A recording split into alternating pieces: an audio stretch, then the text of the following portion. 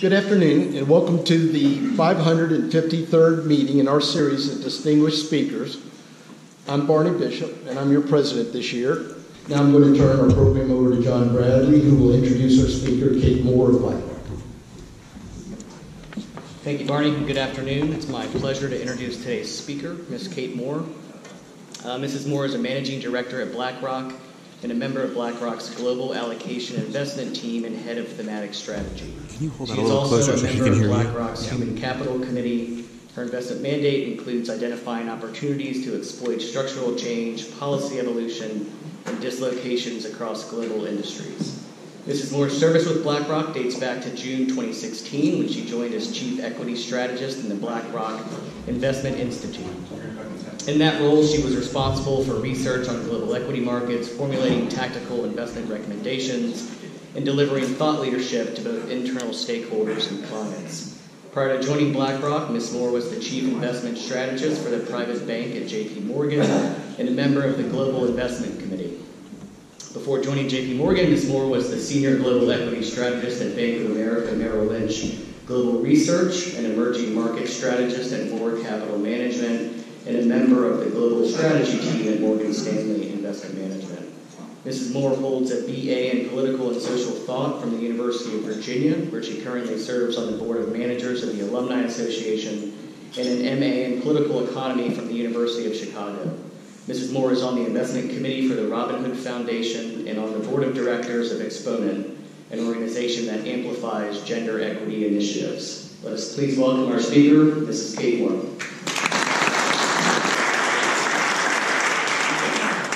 Thank you. Can I get a show of thumbs up if you can hear me okay? All right, lots of thumbs up, which is excellent, because to be quite candid, I couldn't hear very much besides a couple of BlackRocks during my introduction. I'm very glad to be joining you today. I just want to note, in case you can see my background, the weather around me is a little bit different than it is in Florida at the moment. I'm broadcasting here live from my house in Jackson Hole, Wyoming, where I like to spend most of my winters and have had a chance to do that quite conveniently throughout the course of the pandemic.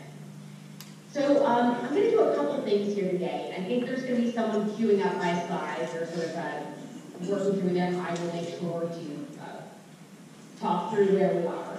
But first, if we kind of go to slide 2, setting the scene. Just give you a quick sense of what I'm going to go over today as I'm speaking to you. There's a few things. Number one, I'm going to talk about a little bit about the backdrop that we are in, both in terms of the virus as well as asset returns. Then I'm going to spend the bulk of the presentation talking about the macroeconomic backdrop, what's happening in policy, what's happening in inflation, and kind of what we expect from growth in policy going forward through the course of 2022. So I was going to try and avoid talking about COVID over the course of this presentation, but I just have to get it out of the way to begin with, because everyone has become an amateur epidemiologist. You know, over the last 2 years, we've all changed a lot. There's been lots of self-discovery. It's amazing how many people think that they are medical professionals. A close friend of mine, who was a multi-decade hedge fund veteran, forwarded me a blog post, I believe it was Tuesday morning, that was circulating amongst this big macro hedge fund crowd. And in it, the author mapped out in kind of intricate detail the timeline for the end of COVID. You know, this was naturally pretty exciting to me, so out of curiosity, I decided to look up the author. As it turns out, this guy is an engineer and an entrepreneur, kudos to him, with exactly zero medical experience. But the message was incredibly attractive, and it was, you know, really enticing. People wanted to share it with each other because it told a story we all wanted to hear, which is, don't worry, you've got nothing to worry about with COVID as we move forward through the year. I wish I could be that optimistic. You know, look, no one has a crystal ball, and no one can tell us exactly when people will stop getting sick with this virus, when the healthcare system will stop being stressed, whether Omicron will be the last variant, or whether there will be a more persistent impact on activity for the rest of the winter and maybe into the spring. I do know that there has been a softening of some recent economic data recently as a result of Omicron spreading across much of the U.S., but I'm not really going to extrapolate these trends over the last couple of weeks or last month or 6 weeks, into the rest of the winter, into the second quarter. That said, we just do have to acknowledge that the virus is still a huge risk and can lead to a significant amount of variability in the data as we go forward. I think as students of the economy and markets, all of us, all of you in the room and myself as well, can agree that the best thing that we can do at this point is try and look through the noise and not pretend that we can predict the outcome of this virus over coming months. So that's my last bit on the virus. Of course, it'll come up in some of the economic stuff, but I just want to say I'm not so proud, I'm not so confident that I'm going to predict the path here. So let's move to slide 4, which is a little bit more of a setting of the scene in terms of asset markets and things. It's no surprise to any of you that we've had a rocky start to asset returns this year. 10-year yields have surged more than 30 basis points. Equities have wobbled. I'm quite encouraged actually by the amount of green on my Bloomberg screens today surrounding me. It's certainly a nice break from some of the weakness we've seen in stocks over the last few weeks of trading sessions. But I want to go back quickly to last year and just to turn your attention to the chart on the left-hand side. What this effectively does is it looks at returns for the global aggregate bond index and also for global equities and sort of, plots the returns for each of those assets against each other for each of the last 30 years. Each of the dots is a 1 year in the last 30. And what you can see and I think we have this in the green diamond, which will be on the upper left quadrant. 2021 was a really unusual year for asset returns. There were only 3 other observations in the last 30 where this happened, where stocks were up, but bonds were down. We're even in a more unusual place to start 2022, which is the black scale, which basically shows that both stocks and bonds are down. Not ideal, and can be really complicated for people like me who helps to manage a very large mutual fund that is an asset allocation fund.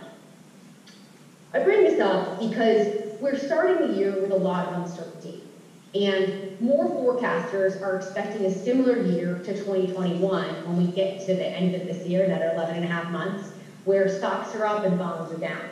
I'm inclined to agree, but I think I'm bracing for much more volatility, both in bonds and stocks, and at the same time expecting a very different year for U.S. economic growth than we had last year.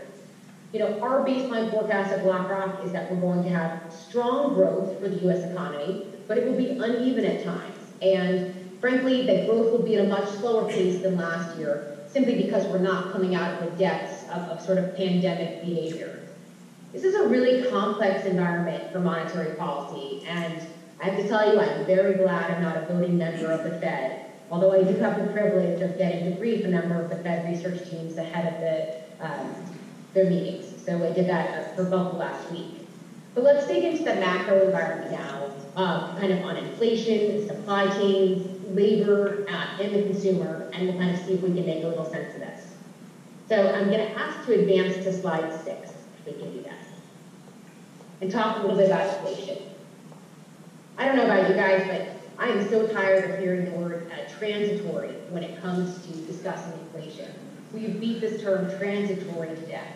And then we went through that whole phase, you might remember this in the second half of last year, where everyone was saying transitory means something different to everyone. For some people it is, a couple months. For some people it is a couple years, particularly after a long extended period of very low inflationary pressure.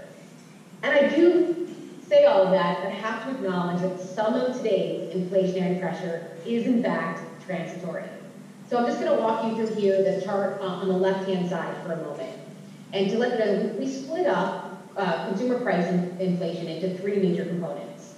1, inflation that is directly attributable to the chip shortage. That's the yellow part of each of the bars. 2, reopening components for the economy where demand has outstripped supply as a result of the pandemic. You can see that in the green bars, but you may see in the last print of inflation we have, there is no green bar because a lot of that's sort of working itself out. And the third, and this is kind of critically important, is core consumer prices that are not simply about semiconductors or the pandemic. And that gray bar is meaningfully elevated relative to the history of the last couple of years. And if we took this chart back even further, you would see that. And there's a lot of dispersion in some of the component of inflation indices. Used car prices are up 55% since the low in June 2020. That was not bad news for me when I traded in my car this fall and got a great value for it. Headline CPI is up 9.5%. Food at home, so the groceries that we're buying, are going up 5.5% at this point. And I think many of us have observed prices are going up, but the volumes we're getting for those same prices, same box of cereal, for example, are going down. So that's value for your money, for sure. But whether it's kind of grocery bills or gas bills or the kind of insane prices for used cars at the moment, consumers are really feeling it. And so on the right-hand side of this slide, what I showed is consumer inflation expectations from the New York Fed survey. And you can kind of see for quite a long time, for most of the last 15 years, inflation expectations for both the 1 year and the 3 year were between like 2 and 3%, maybe on the up end of 3%. They're kind of never actually getting there. And there's been a huge reset in terms of consumer expectations for inflation. If you think that prices are going to be higher in the future, which it feels like most consumers do at this point, you may bring forward some of your demand. You may want to buy now if you think things are going to be more expensive, a few months from now. But that is also kind of like exacerbating scarcity that we've experienced over the course of the pandemic. And it's coming against a backdrop where demand, particularly for goods right now, has been incredibly robust. So this is a pretty complicated inflation picture. And I just want to note that, at BlackRock, our forecast is that, some of these inflationary pressures are going to roll over by the second half of this year, by the end of this year, and that personal consumption expenditures, that the Fed's preferred measure of inflation, will end the year in kind of the 3% range. That is still much higher than we've experienced for a long time. I think perhaps some of these consumer fears around year ahead inflation expectations are too high, but we're watching consumer expectations closely, and we know the Fed is as well, and that's going to have a lot to do with how they proceed with policy. So let's move to the next slide on supply chains, and talk a little bit about this really interesting topic. So the good news is we think that some of the inflation caused by supply chain bottlenecks is on track to ease. Okay, good news. We've already seen shipping rates and congestion at the ports coming down a little bit, rolling over. You see that in these two charts that I'm showing on this slide. And another good stat on this is the days for a ship at a port of Long Beach, which we know is the most important port in the United States, stood at 25 days in December of 2021, and the days at port for ships is back down to 7 days as of earlier this week. So that's really good news. We're seeing less bottlenecks at the ports. And no one wants to repeat the disruptions of the pandemic. So even if we can get stuff into companies or into warehouses and things today, there's naturally a lot of chatter about how to insulate the supply chains from disruptions in the future. I think a couple of things are going to happen as a result of this. Number one, we're going to see increased investment. Companies are going to, frankly, spend a lot more money on finding ways to build moats or sort of defend against some of these disruptions in the supply chain. There's been a lot of talk about onshoring of some production where it is economically feasible. I would note, I think we're going to talk a little bit about this later when I talk about companies and margins, is that there are fewer areas than one might think, particularly for companies that are worried about their margins, to kind of onshore. It's very expensive for a variety of different reasons. And I think another thing that we'll see companies do as a result of these supply chain bottlenecks is they're going to hold higher inventory. And just as we were talking about a moment ago, that sometimes consumers will spend more, demand will increase as a result of their higher inflation expectations, we are also seeing companies look to hold greater inventories than they have had historically in order to sort of mitigate from the risks. we might be moving from this kind of just-in-time inventory management to just-in-case, which may artificially support demand in the near term. So we're going to be watching really closely the orders component of a lot of the regional purchasing manager indices over coming quarters. Okay, let's talk a little bit about the labor market. So as I was mentioning as we started this kind of presentation, I'm here in Jackson Hole. We're getting a little bit of extra snow today, which is quite welcome. I'm looking forward to skiing this weekend. And I have a lot of ski buddies here in town who like to pepper me with questions about markets and the economy as we ride the chairlift together. And so last season, the question du jour was, Kate, should I buy Bitcoin? I have a long answer for that. That's a totally separate presentation. But for the case of most of my sort of ski buddies, the answer was absolutely not until you have a diversified portfolio. But the question I'm getting asked over and over again this season is, Kate, where the heck are all the workers? And this is, playing out not just in ski towns like this that have sort of a shortage of housing. It's playing out for everyone's small, medium, and large-sized businesses. And I think that's 100% the right question to be asking right now. Where is labor supply? And we know that the economy is strong.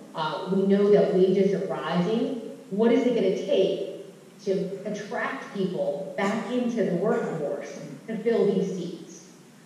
So the U.S. economy has experienced what I would call a phenomenal recovery in the labor market since the depths of the pandemic. But it's no secret that we still have over 5 million people who just sort of disappeared from the pool of available labor. Where did they go? I think there are 3 explanations here. And you can see on the left-hand side the gap between the unemployment rate and participation, and you can see on the right-hand side, kind of by age cohort and gender, where some of that gap is coming from. But I think these few explanations are as follows. Number one, there's a group that we know of asset owners. These are tend to be people 55 and older who have really done well with house price appreciation, real estate gains, and stock market gains, who don't feel the urge to return to the workforce. They were at or close to retirement anyway, and their investment portfolios and their personal balance sheets are incredibly healthy. So they're not rushing back in to take some crummy job.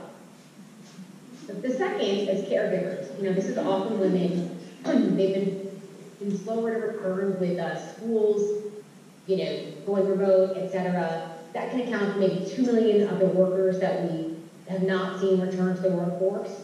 And the third is frankly a loss of immigrant service workers.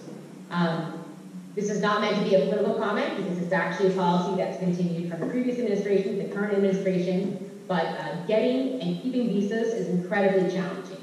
Biden doesn't have enough political capital at this point to tackle the immigration issue, and so he's not. And keeping very much, Trump's policies around immigration and the challenges of getting service worker visas. The challenge here is that there's a lot of jobs that the average American is not looking to do that had been filled by immigrants either from Latin America or from Eastern Europe. And it's leading to some significant pressure across the service space. In some cases, companies are investing in systems and software to mitigate that risk.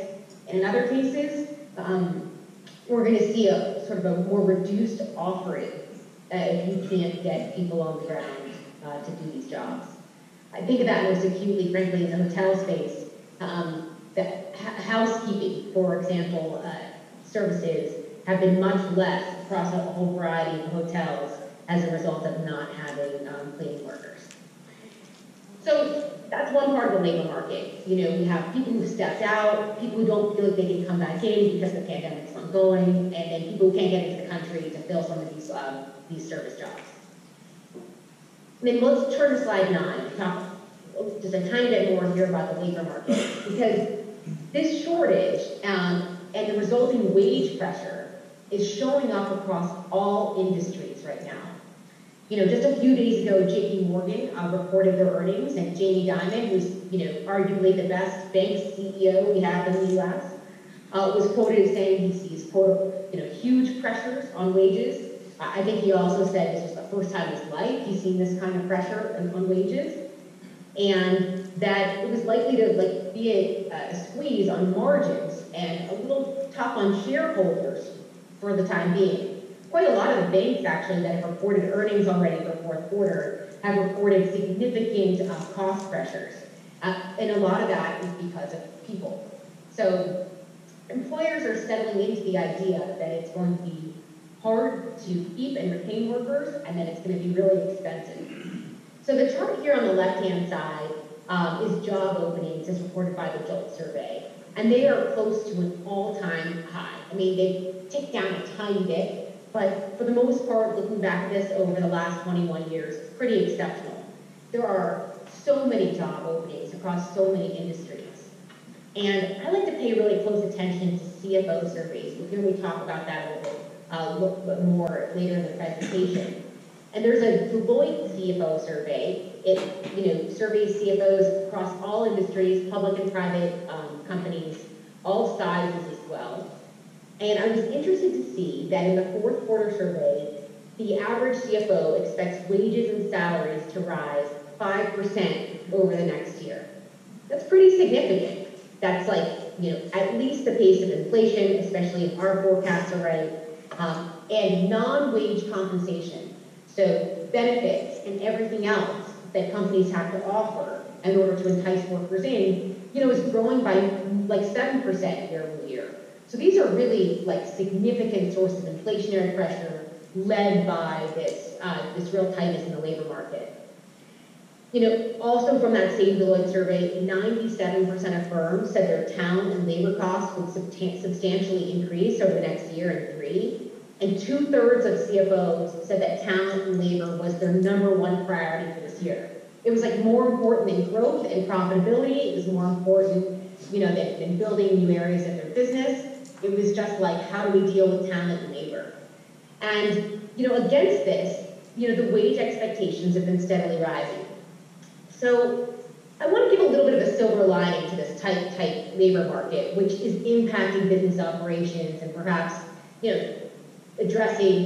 taking everyone's attention to focusing on talent instead of perhaps focusing on growth. And that's sort of a little bit on the chart on the right-hand side. This is the quits rate. This is the rate of people who are voluntarily leaving their jobs. And it has also risen to a 21-year high. It is exceptionally strong. I gotta tell you what, every time we see the quits rate increase meaningfully, it's usually a good sign for entrepreneurialism and innovation. People are leaving their jobs, oftentimes to start an enterprise or start new businesses.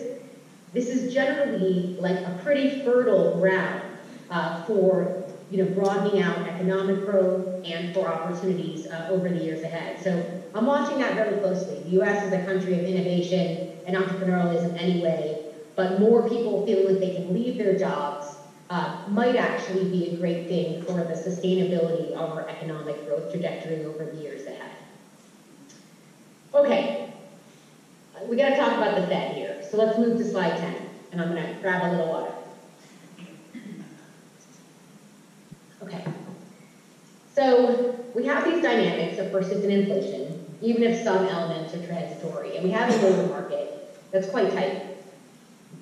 And that's leading us to a path where finally, after lots of stops and starts and lots of expectation, monetary policy is going to move back to what we think of as a more normal path in the course of 2022. That is, less extraordinary asset purchases, less time with rates at or close to the zero low bound, and more something that reflects the growth and potential of the economy. But I just got to point this out here on the left-hand side. This is not just the Fed, but these are major central bank balance sheets in trillions of dollars over the course of the period from the global financial crisis until today. Balance sheets were growing as central banks bought assets, but the size of that growth is just staggering if you look at how much, how many assets were added to central bank balance sheets over the course of the last 2 years of the pandemic. The Fed balance sheet grew by $4.6 trillion since March of 2020. That is nuts. And the ECB balance sheet grew by $4.6 trillion as well.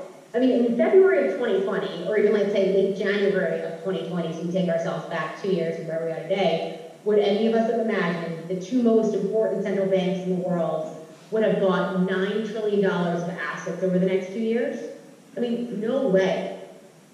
And central banks have been, stepping into the rescue, buying assets, supporting asset markets, cutting rates to zero, talking down the market. Over the last 10 plus years following the global financial crisis, we all learned an important message, and I think this is a great way to put that message, that markets stop panicking when central banks start panicking. And every time there's been a wobble in the markets, the central banks have stepped in. They've bought assets, they've cut rates, they've talked down our fears. And we've gotten really accustomed to this, and we've gotten very comfortable with that environment. We've been conditioned to think that the central bank put, as we like to call it, is strong and persistent. But a lot of things have changed, and the last furious spike in inflation that we've experienced since the reopening from the pandemic has been strong enough that the Fed's goal of average inflation targeting around 2% has been more than met already. So just the experience basically of the last 18 months of inflation has kind of offset the weakness we experienced in the previous 12 years, and we're now running above 2% in terms of average inflation. So that side of the mandate for the Fed has been met. The second side of the mandate is around the labor market, where we are at low levels of unemployment, and wages are growing, as Ramon mentioned a moment ago, quite well. It's leading the Fed to reduce the accommodation and start to normalize policy for real this time in 2022. But I do want to note something around this, and this is the chart on the right-hand side of the slide. Market pricing has moved so quickly around Fed expectations that I wonder if it's getting a little bit ahead of ourselves. So at the start of the fourth quarter of last year, so the beginning of October, the market was pricing in one hike by the end of 2022. Now the market is pricing in 4 hikes by the end of this year. I got to tell you, the inflation picture and the employment picture have not changed that dramatically in the last 3.5 months.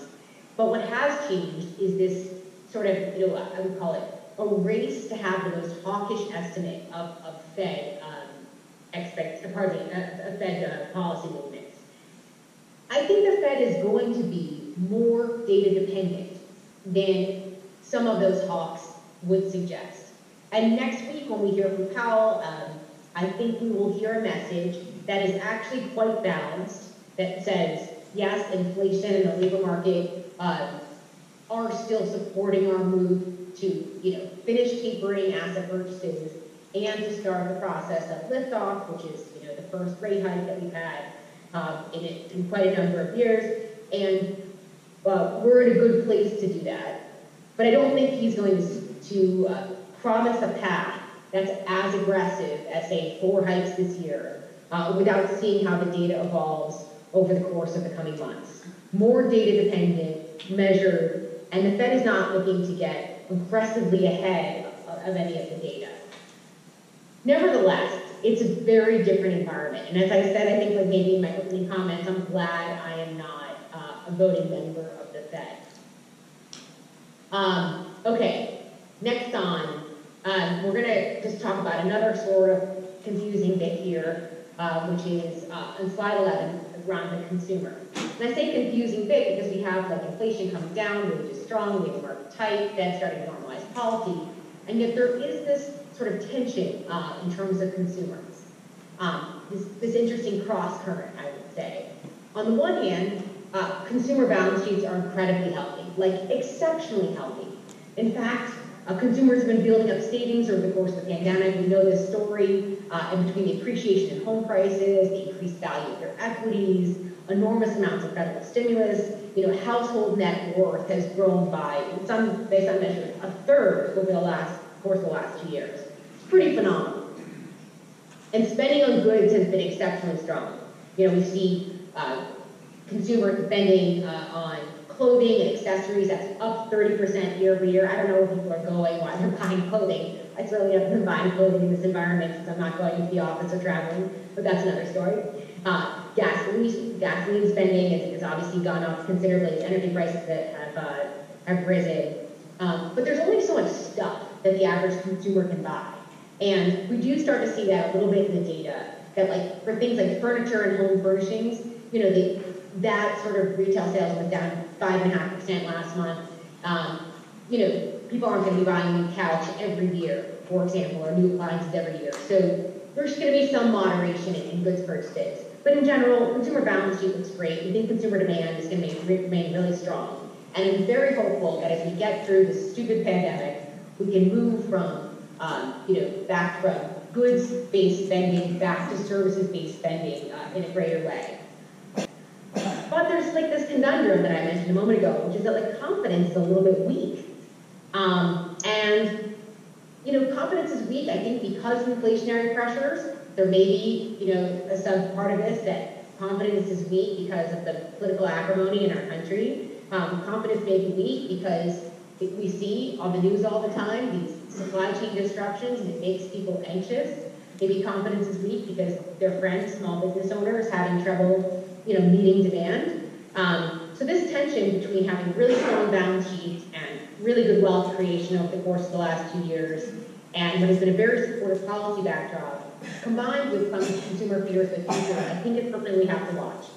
And it's definitely one of my top things on the radar for 2022. Okay, I got really into my macro section there, so probably spent a little bit too much time talking about that. But I'm going to spend a few minutes here kind of talking about the corporate outlook, and then we'll open it up for a few questions. So first, let's move to slide 13. You know, when I'm giving more equity-oriented presentations or kind of talking to my team of analysts, this is like my favorite chart to go through. And if anyone's interested, we can talk about it in much greater depth at another time. So, you know, despite the worries around kind of cost pressures, operating income margins for the S&P 500, this is what this waterfall chart shows, you know, have reached an all-time historic high of 15.9%. And that's meaningfully higher, another whole 100 basis points or 1% higher than the pre-pandemic margin of 14.9%. And there was a very sharp recovery from some of the margin destruction that happened over the course of 2020. But there, you know, if we look back to kind of the last 15 years, there have been 3 major drivers of corporate margins, leading companies to become more profitable, have more cash. And they have been, 1, lower costs of goods sold.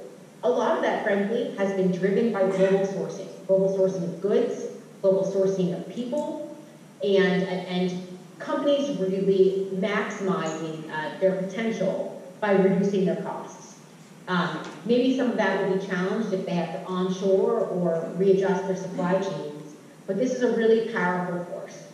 The second, you know, kind of major force has been lower interest expense. And I apologize, I think the circles on my chart got a little bit moved around. But lower interest expense has been really important as rates have stayed so low for so long.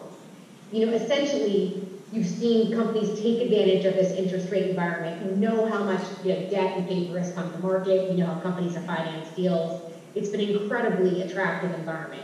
Even if rates move up a little bit from here, and they certainly should given our assessment of the economic outlook, we don't think they're going to move up so aggressively that they actually curtail the economic potential, the margin potential for large companies. Most companies have taken advantage of low interest rates, locked in debt for long periods of time, and have been really opportunistic. But the third thing to kind of watch, and given how challenged I think Biden's agenda is right now, I think fears around rising taxes have now come down, but has been taxes. So the first big slug of sort of tax benefit has come from companies becoming more global over the last 15 years and having lower effective tax rates outside of the U.S. And then the tax cut that took place during the Trump administration also supported the tax story as well. So these 3 major forces, global sourcing of goods and services, so people being able to get the cheapest components, lower interest expense thanks to the Fed keeping rates so low, and taxes from both global operations and as well as domestic corporate tax cut have been awesome for corporate margins. Those are the three things I'm watching for corporate health over the course of this year, if there are any adjustments. I don't think we're going to see a major deterioration here. And so I'm very constructive on profitability for companies and the prospects that they have. Okay, this is the last slide I'm going to spend a bunch of time on, and then I'll scoot through the next few so we can get to questions. But this is something I'm also very focused on when it comes to sort of the corporate outlook. There is a kind of a big tension growing between large companies and small companies on a number of different fronts right now. As inflation remains elevated, the difference in opportunity and the difference in flexibility between large and small companies is really coming to light. So these charts come from the Richmond Cfo Survey, which is one of my favorite pulse checks of CFOs. Again, just like the Deloitte one, across industries and geographies. In the fourth quarter survey, there was a special section on cost increases, and 90% of firms reported higher than larger price increases. And that's what they were experiencing. You know, that's up from the last time they asked that question was in the second quarter of last year, I believe it was 80%. So cost pressures are mounting. But what you can see in the left-hand side of this chart, you know, they ask this question: how are these larger than normal cost increases being passed through to customers? And the answer is pretty clear. Large companies are able to pass on the higher costs and therefore maintain their margins, and smaller companies are having to eat the costs, or in some cases, shut down other parts of their business, or not spend like they would necessarily for capital expansion. So it becomes a little bit of a tension. And then I want to go back to the supply chain point, and the large versus small becomes a really big issue as well. You know, the last survey showed that like almost 80% of large companies are going to diversify their supply chain versus just less than 50% of small companies. And I think this is a bit concerning as well, because over 40% of small companies said they had no room to maneuver or were going to have to wait for issues to resolve themselves. And that's because they just don't have the power to negotiate. They don't have the resources to source globally, et cetera. So it's going to be a pretty tough situation. I just wanted to point out there's this growing division between small and large companies. Small business optimism has flatlined, according to NFIB, that's the National Federation of Independent Businesses. And large companies are bringing in record profits.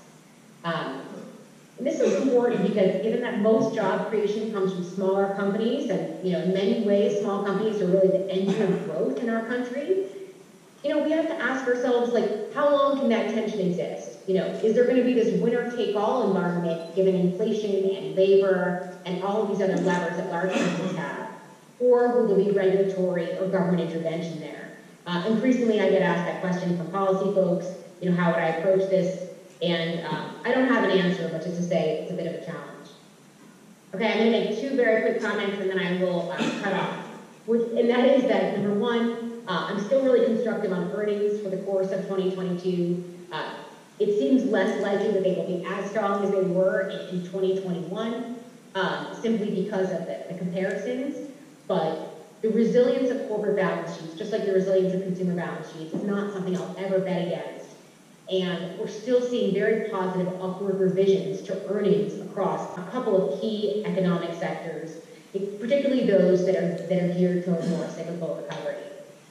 And then my last point I just want to make here, so even though I think earnings are going to be great, I think valuations, this is on page 16, valuations we know are at the upper end of their historical range.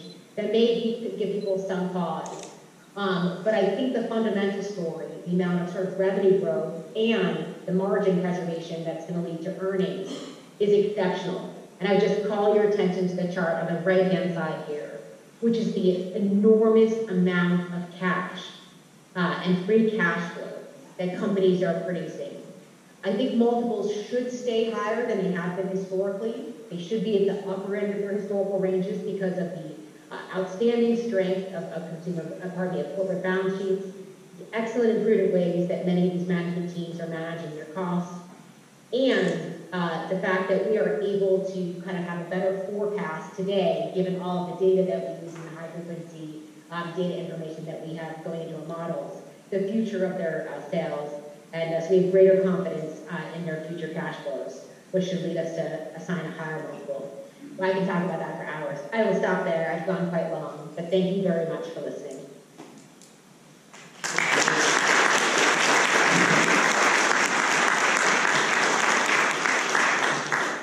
Thank you very much, Ms. Moore. I have a couple of questions here for you. One is, what sectors do you consider undervalued and which overvalued? And where do semiconductors fall on this spectrum?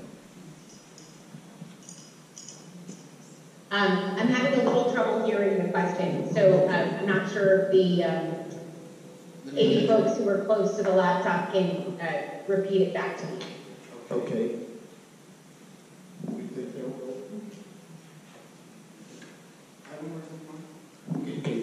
Can you hear me now? Is that better? Okay. Can you text the question to her? What sectors do you consider undervalued and which overvalued? And where do semiconductors fall on this spectrum? Great question, since I actually spent several hours this morning working with our semiconductors analysts on this one. So I have great confidence in semiconductors over the medium term, but there are a few things I would just want to highlight there. Number one, given how disruptive the chip shortage was for so many different companies, we've seen a significant increase in orders for semiconductors, actually sort of like double ordering in some cases as companies try to build up their inventories and build a buffer against further disruptions in the future. So I suspect that the inventory build is going to continue to increase, and that the overall sort of order books are going to kind of roll over in the second half of the year. That said, chips go into everything, not just one or two chips, but a bazillion chips into everything that we own. So over the medium term, it's a very high conviction industry. I don't worry that the valuations are too elevated there. Across a lot of the sort of higher growth parts of tech, whether it's in semis or in software as a service in particular, multiples have contracted by like between 30 and 35% since the November peaks. So multiples don't feel too aggressive. That said, there may be some sort of demand bumps over the course of the year. In terms of where I think that what looks cheap and what looks expensive, I got to tell you, a lot of the stuff that looks cheap on sort of standard multiples, frankly, deserves it. In this day and age where we have a huge amount of information and a huge amount of information can get priced immediately into the market, it's not like 25 years ago when I started my career where you're sort of piecing things together. We all have access to so much data. It's very rare to see companies or industries have dislocated valuations for extended periods of time. It's just the way it is. Things are cheap because their forward prospects are not great, or because they're overregulated, or because there are structural problems in the company. And things are expensive because they have, above trend growth or above market growth. So it's always a little bit tough there. I'm still a big owner of technology again, the multiple contraction we've seen in some of the higher growth parts of tech, I think is an opportunity for us to accumulate over the first half of the year. And I'm very constructive on resources. That is a place actually, and by there I mean metals and mining, not just chemicals, as well as parts of the energy complex. There I could see multiples expanding, in addition to earnings expanding over the course of the year, dual engines of returns, and highly convicted. Great, thank you so much. Next question's got two parts. You point out that there are still 5 million workers missing, while calculated unemployment is now low. First part of the question, what role is government subsidies playing, i.e. people not being paid to work? And second part, is government growth now in direct competition with those CFOs who cannot find talent and labor? On the first question, I think the subsidies that were paid and the direct fiscal outlays that came in through the course of the pandemic, spend that took place over both administrations, frankly, really did encourage people to stay out of the workforce for longer. But all that faded, by the end of the third quarter last year, by August in some states, July, August in some states, and September in others. And we still have not seen people rush back into the workforce. So I think a lot of us were hopeful that we stop giving out this money would get people coming back in, but frankly, that's not the case. I'm going to go back to those two major groups that I was sort of talking about, the 55 plus, and particularly who are asset owners and real estate owners and investment portfolios, retirement portfolios have appreciated. You know, those folks have stepped out of the workforce and generally would have worked for another 10 or 15 years. And that's the biggest gap in that slide I was showing there in terms of, you know, exits from the workforce. And then, of course, as I mentioned before, I think the service side, the immigrant workers, you know, not being available for a lot of industries is also an impact. Is the government crowding things out? You know, again, I think that argument held more water last year than it holds now. And, you know, we are not providing an incentive for people not to work anymore. I think that there's a huge class of people that worked in really crummy jobs that have just decided they're going to be pickier. And frankly, because the labor market is so tight, maybe they worked as an Uber driver, for example, which is like not that fun, I would imagine, unless some of you guys know people who are Uber drivers, then the ones that I've ever talked to thought it was the greatest job in the world. But they can get a more sort of steady job, frankly, in an Amazon warehouse with greater benefits. And they don't have to be a contractor. And there's more sort of standardization. And because the warehouse needs people 24 hours a day, if they can only work in the evenings, they can choose that shift. So I just think that there's been some switching. What is the conundrum? And I got to tell you something we're watching really closely because it could impede growth in coming years if we can't fill all these seats. And Ms. Moore's last question is another two-part question. If inflation is higher than projected, can you describe the effects? And what would be some strategies to protect against those increases? Yeah, so if inflation is higher than projected, the first question I would ask is what is the source of the higher than projected inflation? If that higher than projected inflation is being primarily driven by labor costs, which I would put as the higher probability potential outcome here, you know, then I'm going to be really focused, especially as I'm looking at investing in equities, for example, on companies that have low labor intensity to sales, that are not going to be dependent on expanding their workforces in order to continue to grow their business. If, you know, there are some inflation hedges in the bond market that may look okay, but I would generally expect that labor-driven inflation, while it might be good to see consumers, you know, have more money to spend, it's going to be particularly painful for small companies and then also for those industries that require huge amounts of labor to operate. And the second part of the question was, I forgot. And what would be strategies to counteract that? Yeah. So in terms of policy strategies and other things, you know, it's a little unclear. I would expect that there might be some subsidies for businesses that were facing undue labor pressure, and you know, we'll have to see. We also, as a firm, as on my fund, have been doing a lot of screening for companies that have pricing power. Who has the ability to pass on higher costs if inflation is more persistent? I mentioned before in that slide that large companies in general have much more confidence about passing on costs, you know, passing on most of their rising input costs.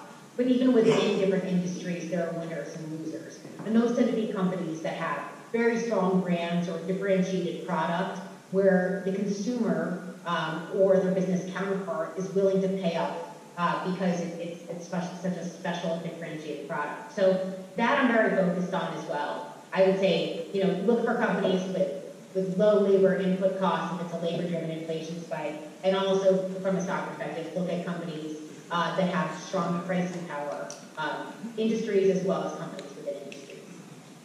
Well, Ms. Moore, on behalf of the Economic Club and the Board of Directors, we would like to thank you. This has been an incredibly informative and insightful presentation, and we appreciate your commentary. And thank you for answering some questions, and we hope that you have a wonderful time out there in Jackson Hole.